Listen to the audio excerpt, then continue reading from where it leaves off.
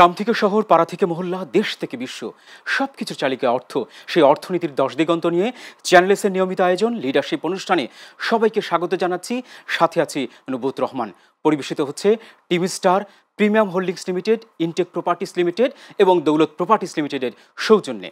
দর্শক, কথা বলতে চাই অর্থনীতি নিয়ে, রাজনীতি নিয়ে এবং পুরো বিশ্ব নিয়ে। দুজন অত্যন্ত চমৎকার অতিথি আমাদের সাথে যুক্ত আছেন। আমার বাম দিকে রয়েছেন আবু সাদেক, ব্যবস্থাপনা পরিচালক, এসএস গ্রুপ, পরিচালক পদপ্রার্থী, এফবিসিসিআই। আরও একজন রয়েছেন আক্তারুজ্জামান খান, প্রবাসী ব্যবসায়ী, ব্যবস্থাপনা পরিচালক, ইউএস ফুড মার্ক লিমিটেড। আপনাদের দুজনকে স্বাগত জানাচ্ছি আমাদের এই আয়োজনে। আমরা কথা বলতে চাই অর্থনীতি নিয়ে, সমাজনীতি নিয়ে, রাজনীতি নিয়ে এবং পুরো বিশ্ব নিয়ে। বর্তমান যে পরিবর্তক পরিস্থিতি রয়েছে, এর মধ্যে ব্যবসায়ীরা এগিয়ে যাচ্ছেন এবং আমরা দেখতে পাচ্ছি ব্যবসায়ীদের যে সংগঠনগুলো রয়েছে সেখানে প্রশাসক নিয়োগ করা হয়েছে। এফবিসিসিআইতেও এই একই পরিস্থিতি বিরাজ করছে এবং এফবিসিসিআইতে আগামী সেপ্টেম্বরের 7 তারিখে একটি নির্বাচন অনুষ্ঠান হওয়ার কথা ছিল, তারিখ ঘোষণা করা হয়েছিল, কিন্তু সেটা কিন্তু পিছিয়ে গেছে। বর্তমান আপনি সাথে, অর্থনীতির সাথে যুক্ত আছেন, ব্যবসার সাথে যুক্ত আছেন, আপনার কাছে কি মনে হয় যে এই ব্যবসা পরিস্থিতি বর্তমান কোন দিকে যাচ্ছে? ধন্যবাদ আপনাকে এবং ধন্যবাদ সম্মানিত দর্শকবৃন্দকে। এক কথা যদি আপনি বলেন যে প্রশ্নটা আপনি করেছেন ব্যবসায়িক পরিস্থিতি আসলে কোন দিকে যাচ্ছে, এটা আমার এক কথা উত্তর হচ্ছে আসলে ভালো যাচ্ছে না। ব্যবসায়িক পরিস্থিতি একেবারেই ভালো যাচ্ছে না। এই ভালো না যাওয়ার পিছনে আসলে অনেকগুলি কারণ আছে। প্রথমত হচ্ছে নেতৃত্ব শূন্যতা, দ্বিতীয়ত হচ্ছে রাজনীতি শূন্যতা, তৃতীয় হচ্ছে অর্থনীতি।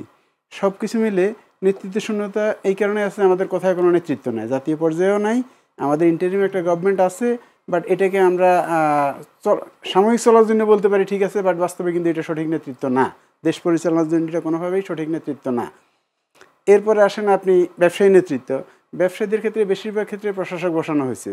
তো প্রশাসক তো আসলে আমাদের ব্যবসার কোনো কিছুই জানে না। আমি যদি এফবিসিসিআই এর অ্যাসপেক্টে বলি বা গ্রাউন্ডে বলি, এফবিসিসিআইতে একজন প্রশাসক আছে, ভদ্রলোক মিস্টার হাফিজুর রহমান।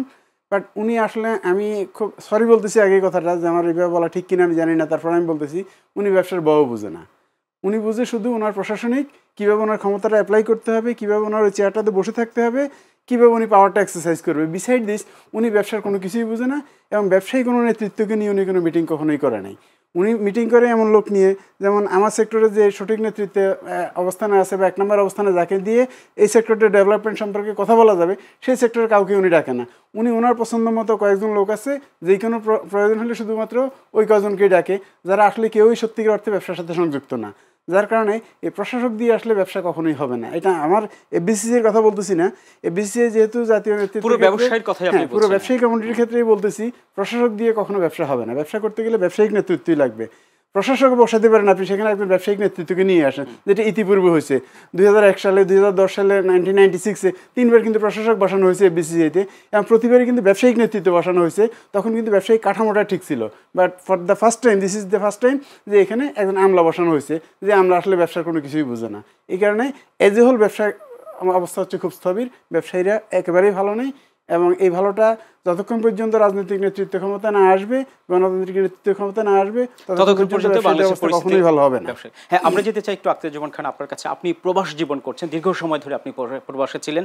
প্রবাসে যেমন আপনি ইনভেস্ট করেছেন, উদ্যোক্তা তৈরি করেছেন, বাংলাদেশেও কিন্তু আপনি সেই কাজগুলি করে যাচ্ছেন। আপনার কাছে কি মনে হয় যে বর্তমানে আসলে ব্যবসায়িক পরিস্থিতিটা আসলে কোন দিকে যাচ্ছে, মানে আপনার দৃষ্টিতে কি মনে হয়? থ্যাংক ইউ নবাদ সাহেব এবং চ্যানেল এস এর লিডারশিপ অনুষ্ঠানের সকল দর্শকদেরকে আমার ধন্যবাদ। বর্তমানে আসলেই ভাই যে কথা বলছে যে ব্যবসায়ী পরিস্থিতি কমপ্লিটলি আসলে শাটডাউন, রিয়েলি নট গুড এই ব্যবসার অবস্থা। কারণ আমি একজন প্রবাসী উদ্যোক্তা, বাংলাদেশে আমি ইনভেস্টার এবং প্রবাসেও ব্যবসা করি, বাংলাদেশেও ব্যবসা করি অনেক দিন ধরে, প্রায় না হলে 30 বছরের বেশি সময় ধরে আমি প্রবাস এবং বাংলাদেশে ব্যবসা করি। সেই ক্ষেত্রে বর্তমান যে ব্যবসার পরিস্থিতি, এই পরিস্থিতিটা একটা চরম পর্যায়ে চলে গেছে। কারণ যে কথা বললো ভাই যে নেতৃত্ব শূন্য বা পলিটিক্যাল মানে মুভমেন্ট বা পলিটিক্যাল যদি কোনো দল দেশ না চালায়, এরকম ওই প্রশাসক নিয়োগ আর তত্ত্বাবধায়ক সরকারের মধ্যে খুব বেশি ডিফারেন্স নাই। একজন তত্ত্বাবধায়ক সরকার সে ভালো মানুষ, ডক্টর ইউনূস, আমি ওনাকে ধন্যবাদ দিই যে উনি আমাদের দেশের জন্য আগাচ্ছেন, কাজ করতেছেন। কিন্তু মানে ব্যবসায়ী সেক্টরের যেই সুবিধা অসুবিধা আছে, যে গতিটা আছে, সেই গতির ব্যাপারে হয়তো ওনার ওরকম কোনো মানে দিক নির্দেশনা বা ওনার ওরকম কোনো অভিজ্ঞতাও নাই। আমরা আজকে অনেক সমস্যার সম্মুখীন হচ্ছি ব্যবসায়, যে এটা যদি আপনি আসলেই আমার ব্যাপারে না, এনি ব্যবসায়ী, বাংলাদেশের যে কোনো ব্যবসায়ীকে জিজ্ঞেস করে বলবেন যে ব্যবসা ভালো না। ভালো না কারণ যে একটা স্থবির অবস্থার মধ্যে আমরা আছি, যে মানুষের মধ্যে যে চাঞ্চল্যতা, মানে কেনাকাটা বা মানুষের এই ব্যাপারে মানুষ খুব সংকীর্ণ হয়ে আছে, মানুষ খুব ভীত অবস্থায় আছে। তাই আমি মনে করি যে বাংলাদেশের যে ব্যবসার প্রেক্ষাপট বর্তমানে, এটা চেঞ্জের জন্য একটা দ্রুত নির্বাচন হয়ে একটা মানে গণতান্ত্রিক সরকার যদি আসে, সেই ক্ষেত্রে দেশের অর্থনীতি, দেশের ব্যবসা বাণিজ্য চাঙ্গা হবে, এটা আমরা মনে করি এবং বিশ্বাস করি। তো এই বিশ্বাস এবং নিয়ে আমরা আগাচ্ছি যে খুব শীঘ্রই একটা নির্বাচন হবে, যেই নির্বাচনে মানুষ স্বস্ফুটভাবে ভোট দিবে, একজন তাদের পছন্দ মতো প্রতিনিধি নির্ধারণ করবে। সেই প্রতিনিধি যখন দেশ চালাবে, তখন হয়তো আমরা আশা করব যে আমাদের ব্যবসা বাণিজ্যের আবার প্রাণ ফিরে পাবে। শুধুমাত্র রাজনৈতিক পরিস্থিতি না, ব্যবসায়িক পরিস্থিতি নিশ্চয়ই উন্নতি হবে। আপনার কাছে কি মনে হয় যে আসলে একটা নির্বাচিত সরকার আসলে, আপনাদের যেহেতু আপনারা ব্যবসায়ী নেতা, ব্যবসা কাজগুলোকে আপনারা লিড করছেন, আপনার কাছে কি মনে হয় যে নির্বাচিত সরকার আসলে এই পরিস্থিতি আসলে পরিবর্তন হওয়ার সম্ভাবনা কতটুকু রয়েছে? ধন্যবাদ। নির্বাচিত সরকার আসলে ডেফিনেটলি পরিবর্তন হবে, এই ব্যাপারে সন্দেহের কোনো অবকাশ নাই। অর্থনীতির অনেকগুলি সূচক আছে, এই সূচকগুলি আসলে অনেকগুলি প্যারামিটারের উপর ডিপেন্ড করে। যেমন বর্তমানে আমাদের রিজার্ভ পরিস্থিতি ডেফিনেটলি ভালো। আমি প্রথম হচ্ছে যে রিজার্ভটা $30 বিলিয়ন, এটাকে আমি অবশ্যই ভালো বলবো। কিন্তু এই ভালোটার বাস্তবতাটা কি, ব্যাকগ্রাউন্ডটা কি? আমাদের এই মুহূর্তে কোনো ক্যাপিটাল মেশিনারিজ ইম্পোর্ট নাই, আমাদের কোনো ইনভেস্টমেন্ট নাই, আমাদের কোনো ব্যবসা বাণিজ্য নাই, তাহলে আমার রিজার্ভ বাড়লে আমার লাভটা কী? আলটিমেটলি এই রিজার্ভ কিন্তু কখনোই থাকার কথা না। এই রিজার্ভটা তখনই ইফেক্টিভ হবে যখন আমার ব্যবসা বাণিজ্য, বিনিয়োগ সব কিছু সুন্দরভাবে স্মুথলি চলবে। আর এই স্মুথলি চলার জন্য আসলে রাজনৈতিক নেতৃত্ব দরকার, গণতান্ত্রিক নেতৃত্ব দরকার, বা নির্বাচিত সরকার দরকার। নির্বাচিত সরকার কেন দরকার? কারণ নির্বাচিত সরকার ছাড়া আসলে বিনিয়োগকারীরা কখনো বিনিয়োগ করতে চায় না। সেটা আমাদের লোকাল বিনিয়োগকারী হোক আর বিদেশি বিনিয়োগকারী হোক, কোনো বিনিয়োগকারী, প্রত্যেক বিনিয়োগকারী চায় তার বিনিয়োগটা সুরক্ষিত থাক, তার বিনিয়োগের নিশ্চয়তাটা প্রথম চায় যে আমার টাকাটা অ্যাটলিস্ট লস হবে না। তারপরে হচ্ছে ব্যবসা, ব্যবসা কম হইতে পারে, বেশি হইতে পারে, সেটা ব্যবসায়ীরা মেনে নেয়। কিন্তু যখন তার বিনিয়োগের নিশ্চয়তা না থাকে, তখন কিন্তু সে কখনই বিনিয়োগ করবে না। আর যতক্ষণ পর্যন্ত বিনিয়োগ প্রপারলি না হবে, ততক্ষণ কর্মসংস্থান তৈরি হবে না, অর্থনৈতিক গতি প্রকৃতি কখনোই সামনের দিকে আগাবে না। তো এই কারণে নির্বাচিত সরকার খুব জরুরি ভিত্তিতে দরকার। তাহলে অ্যাটলিস্ট বিনিয়োগকারীরা আস্থা পাবে, এবং বিনিয়োগকারীরা আস্থা পাইলে দেশে কর্মসংস্থান থেকে আরম্ভ করে অর্থনৈতিক গতিশীলতা, চাঞ্চল্য সব কিছু তৈরি হবে, সব কিছুর গতি বাড়বে, এবং নিঃসন্দেহে দেশের অর্থনীতি সামনের দিকে এগিয়ে যাবে। নিশ্চয়ই আপনার কাছে আমরা যেতে চাই যে যে বিনিয়োগ পরিস্থিতির কথা বললেন, হ্যাঁ, আমরা কিন্তু বিনিয়োগ সম্মেলন করেছিলাম, কয়েকদিন আগে বিনিয়োগ সম্মেলন হয়েছিল। এই জায়গাগুলোতে বিনিয়োগ সম্মেলন করার পরেও বহির্বিশ্ব থেকে অনেক বড় বড় লিডাররা আসছিলেন, ব্যবসায়ী নেতারা আসছিলেন, তারপরেও কিন্তু এই বিনিয়োগ পরিস্থিতিটাকে, স্থবিরটা কিন্তু কাটছে না, বা বিনিয়োগ পরিস্থিতি কিন্তু উন্নতি হচ্ছে না। আপনার কাছে কি মনে হয়, আপনি নিজেও তো একজন বিনিয়োগকারী, আপনার কাছে কি মনে হয় কাটছে না কেন, কেন কাটছে না? এটা না কাটার পিছনে মেন কারণ হলো ভাই যেটা বললো, যে একটা দেশ এখন যেই গভর্নমেন্ট যেই অবস্থায় চলছে, এই অবস্থায় আসলেই বিনিয়োগকারীরা আসে, আমার মনে হয় এরা বেড়াইতে আসে, ঘুরতে আসে, তারা আসলেই বিনিয়োগ করার মতো সাহস বা পরিস্থিতি, পরিবেশ তারা অনুধাবন করে না। যার যেমন গত 3 দিন আগে আমাদের একটা ছিল আর কি, মানে আমরা তো ফরেন ইনভেস্টার, মানে ফরেন ইনভেস্টারের উপরে একটা সেমিনার ছিল, সেইখানেও অনেক কথা হয়েছে। অনেক জাপানের মিনিমাম 40 জন বিনিয়োগকারী আসছে। পরে আমরা পার্সোনালি কথা বলছি, সবার কাছে সবাই আসছে, দেখতেছে, যেমন বাজারে যায় একটা দিন দেখি, কিন্তু কিনি না। কখন কিনবো? যখন আমি মনে করব, স্বাচ্ছন্দ্য ফিল করব। তো এখন বিনিয়োগকারীরা আসছে, আমরা দেখতেছি অনেক বিনিয়োগকারী আসে, কিন্তু এরা বিনিয়োগ করার মতো যে সাহস, বা যেটা বললো, যেটা নির্বাচিত সরকার ছাড়া কেউ কোনো দেশেই বিনিয়োগ করে না। কারণ নির্বাচিত সরকার যদি খারাপও হয়, কথার কথা, যদি দুষ্টু সরকার হয়, তারপরও একটা নির্বাচিত সরকার এটা দেশের জন্য সবচেয়ে গুরুত্বপূর্ণ। এবং বিনিয়োগ বাড়ার পিছনে মানে নির্বাচিত সরকার ছাড়া বিনিয়োগ, প্রকৃতিক পক্ষে বিনিয়োগ বাড়ার কোনো সম্ভাবনা আমি দেখি না। কারণ আমরা যেটা বুঝি যে এত বিনিয়োগকারী আসে, বিলিয়ন বিলিয়ন ডলার বা বিনিয়োগ করবে, এই করে খালি শুনতেছি, কিন্তু আমরা দেখতেছি না। কারণ কি? হ্যাঁ, হইতে পারে তারা বিনিয়োগ করবে, কিন্তু এই পরিস্থিতিতে এই সরকারের আন্ডারে বিনিয়োগ করার মতো স্বাচ্ছন্দ্যতা বোধ আমার মনে হয় না যে বিনিয়োগকারীরা করে। বিনিয়োগকারী চায় একটা সুস্থ পরিবেশ। হ্যাঁ, আমরা যেতে চাই ছোট্ট একটা বিজ্ঞাপন বিরতিতে। দর্শক, আপনারা দেখছেন লিডারশিপের এই আয়োজন। যেতে চাই ছোট্ট একটা বিজ্ঞাপন বিরতিতে।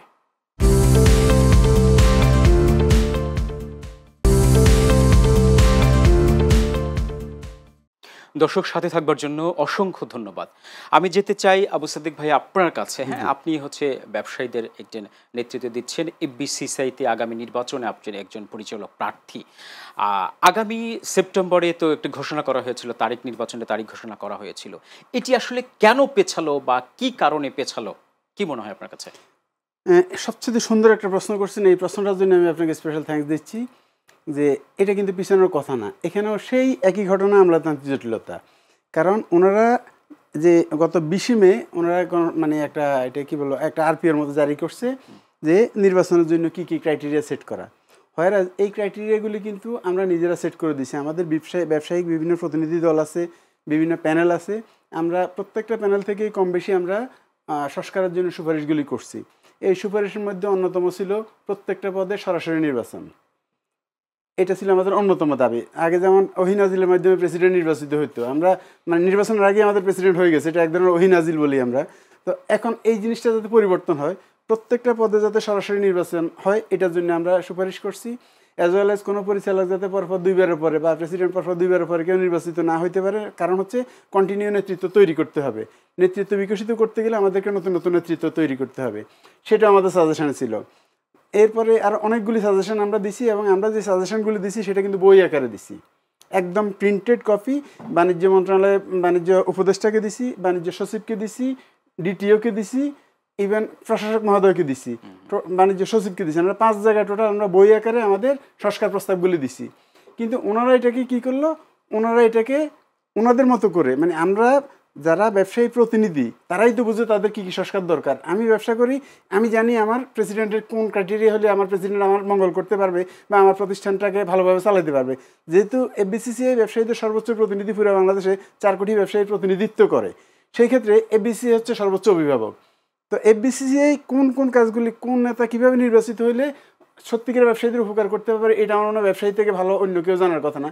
কিন্তু আমাদের আমলা মহোদয়, আমাদের বাণিজ্য উপদেষ্টা বা আমাদের বাণিজ্য সচিব, ওনাদের মতো করে কিছু ক্রাইটেরিয়া সেট করছে।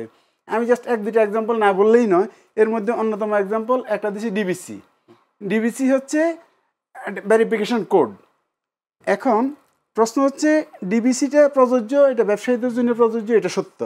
কিন্তু যতগুলি বাণিজ্য সংগঠন আছে, আমরা অ্যাসোসিয়েশন যাদেরকে বলি, বাণিজ্য সংগঠন কিন্তু কোনো ব্যবসায়িক সংগঠন না।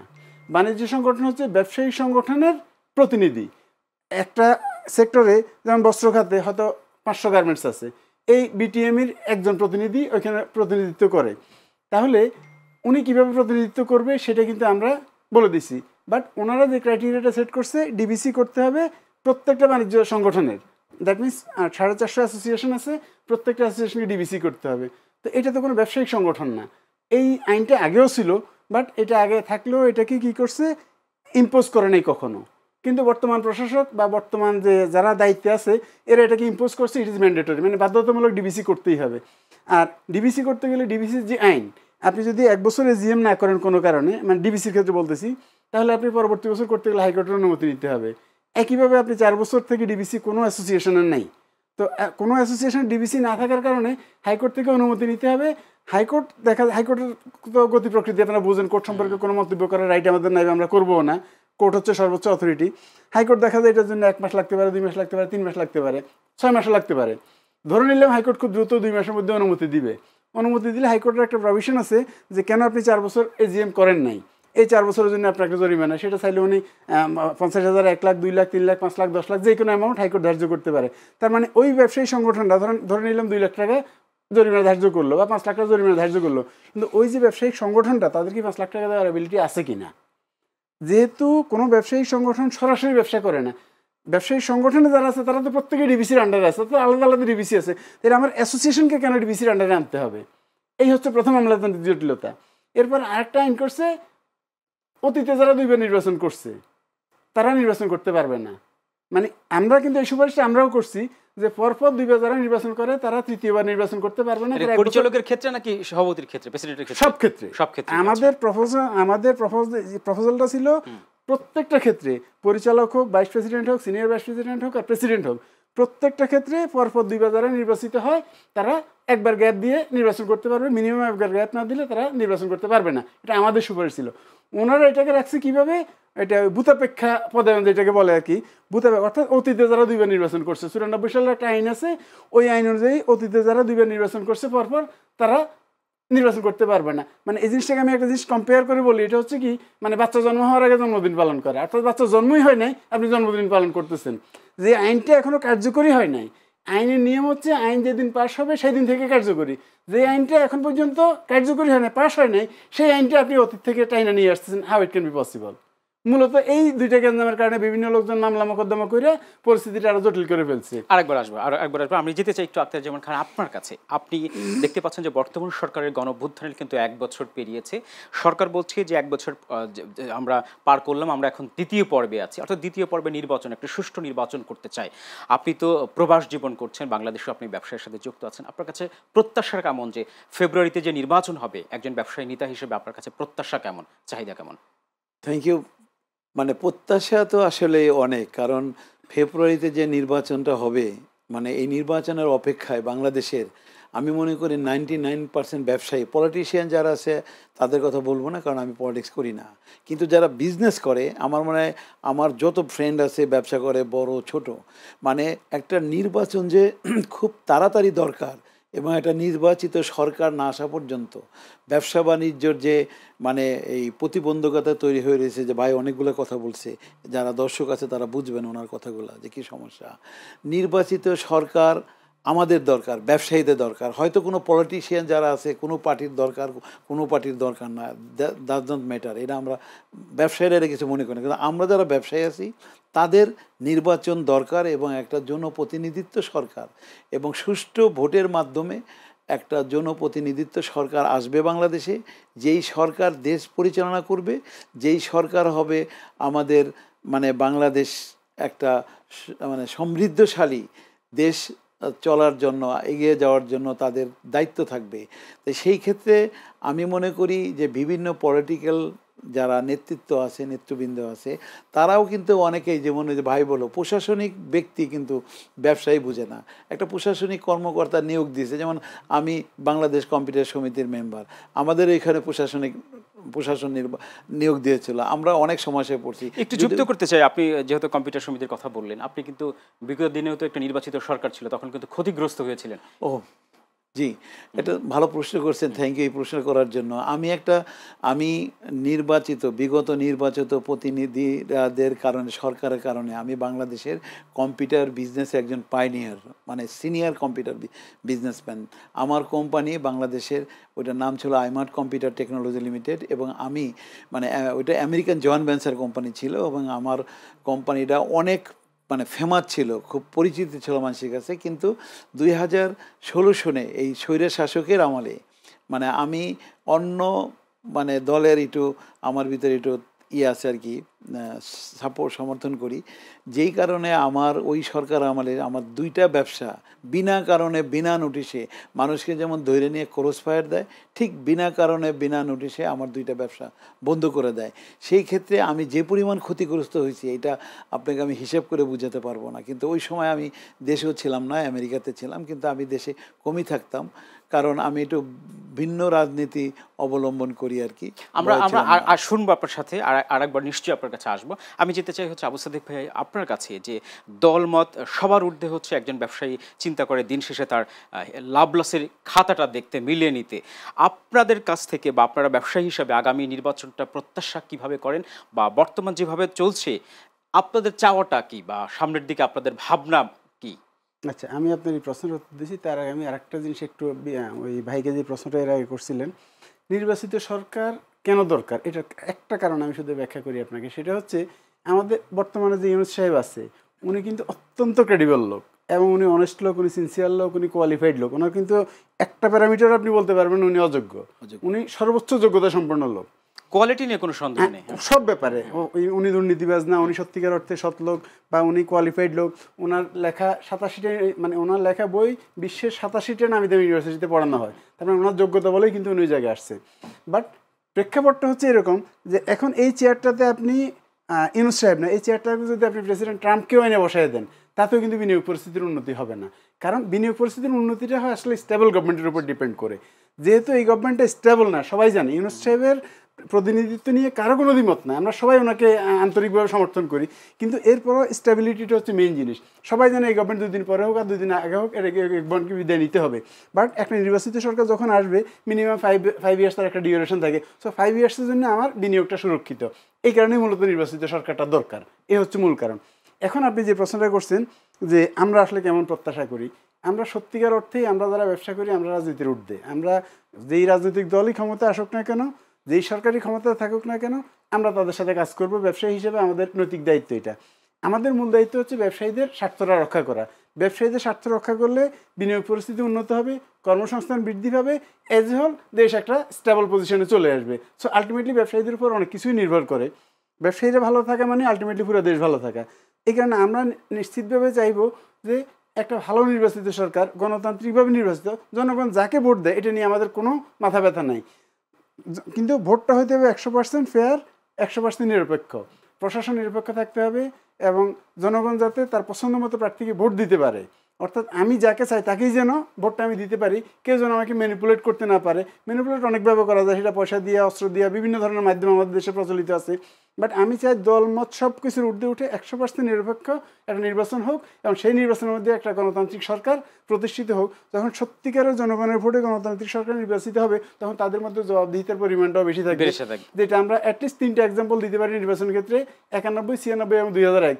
এই 3টা সরকার নিয়ে কিন্তু খুব বেশি বিতর্ক বাংলাদেশে নাই, বাকি সবগুলি নিয়ে কম বেশি বিতর্ক আছে। বাট এই 3টা সরকারের কিন্তু বিভিন্ন রাজনৈতিক দল ক্ষমতা ছিল, একটা দল ছিল না।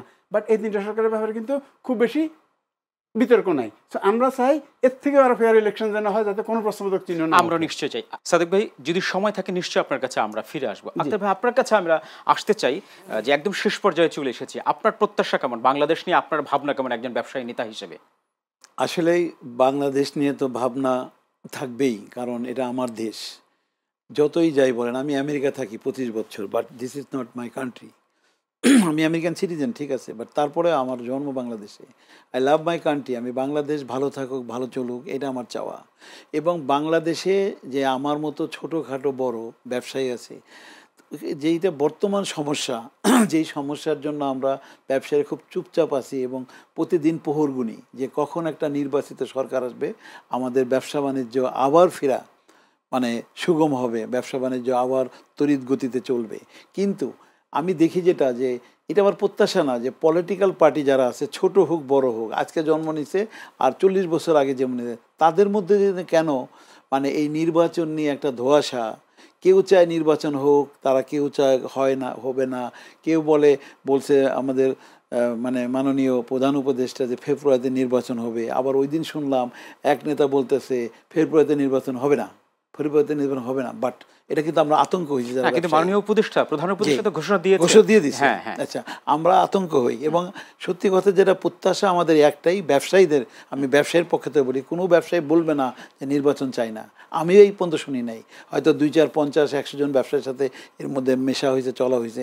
কোনো ব্যবসায়ী বলে না যে নির্বাচন দিলে হোক, একটা 5 বছর থাক, এটা কেউ বলে না, আমি শুনি। ব্যবসায়ীরা বলে না, কিন্তু কিছু লোক বলে, তারা বলে আবেগে বলে, বিবেকে বলে, যেভাবে বলে। কিন্তু একটা নির্বাচনের প্রত্যাশা, সবচেয়ে বড় প্রত্যাশা বাংলাদেশের নাগরিক হিসেবে, একজন ব্যবসায়ী হিসেবে একটা সুষ্ঠু নির্বাচন দরকার, একটা একদম গণতান্ত্রিক সুষ্ঠু নির্বাচন দরকার। যেই নির্বাচনে যারাই ক্ষমতা আসুক, উনি ভাই বলছে যে আমরা পলিটিক্স করি না, হয়তো কেউ কারে সমর্থন করি, দিস ইজ ডিফারেন্ট থিং। এটা পলিটিক্স আমাদের বিজনেস না, আমরা ব্যবসা করি। দিন শেষে আমি একজন ব্যবসায়ী, খাতার হিসাবের খাতাটা আমাকেই দেখতে হয়।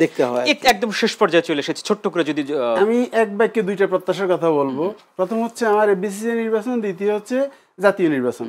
এফবিসিসি নির্বাচন ক্ষেত্রে আমি বলবো জাতীয় নির্বাচনের আগে যেই কোনো কিছুর বিনিময়ে হোক নতুন একজন প্রশাসক নিয়োগ করে দ্রুত এফবিসিসি নির্বাচনটা করা উচিত। এই কারণে করা উচিত, এটা হচ্ছে সমস্ত বাংলাদেশের ব্যবসায়ীদের প্রত্যাশা। আর দ্বিতীয় কারণ হচ্ছে যখন মানে জাতীয় সরকার যখন গঠন হবে, দেশে যখন রাজনৈতিক সরকার গঠন হবে, এরপরে যদি এফবিসিসি নির্বাচন যায় তখন আবার ওই আগের মতো একই সিস্টেম ওহিনাজিল হয়ে প্রেসিডেন্ট নির্বাচন হতে পারে। সো আমরা ব্যবসায়ীদেরকে রাজনীতির ঊর্ধ্বে রাখতে চাই, যার কারণে আমার প্রথম প্রত্যাশা হচ্ছে যে এই কোনো কিছুর বিনিময়ে হোক নতুন একজন প্রশাসক নিয়োগ করে এফবিসিসি নির্বাচনটা যত দ্রুত সম্ভব নির্বাচন করে নির্বাচিত নেতৃত্বের হাতে এফবিসিসিটা বসাই দিয়ে দেশের ব্যবসায়ীদের স্বার্থ রক্ষা করা উচিত। আর দ্বিতীয় হচ্ছে জাতীয় নির্বাচনের ক্ষেত্রে প্রত্যাশা হচ্ছে যত দ্রুত সম্ভব রাজনৈতিক দলগুলি ঐক্যবদ্ধ প্ল্যাটফর্মে এসে নির্বাচনটা দ্রুত করা উচিত, দেশের জনগণের সরকার প্রতিষ্ঠা করা উচিত। আপনাদের অসংখ্য ধন্যবাদ এই আয়োজনে আসবার জন্য। দর্শক, আপনাদেরকে অসংখ্য ধন্যবাদ জানাচ্ছি এই আয়োজনে থাকবার জন্য। আমরাও চাই আগামী নির্বাচন সবার অংশগ্রহণে একটি সুষ্ঠু নির্বাচন অনুষ্ঠান হোক। সবাইকে অসংখ্য ধন্যবাদ আমাদের সাথে থাকবার জন্য। দেখা হবে আগামী পর্বে।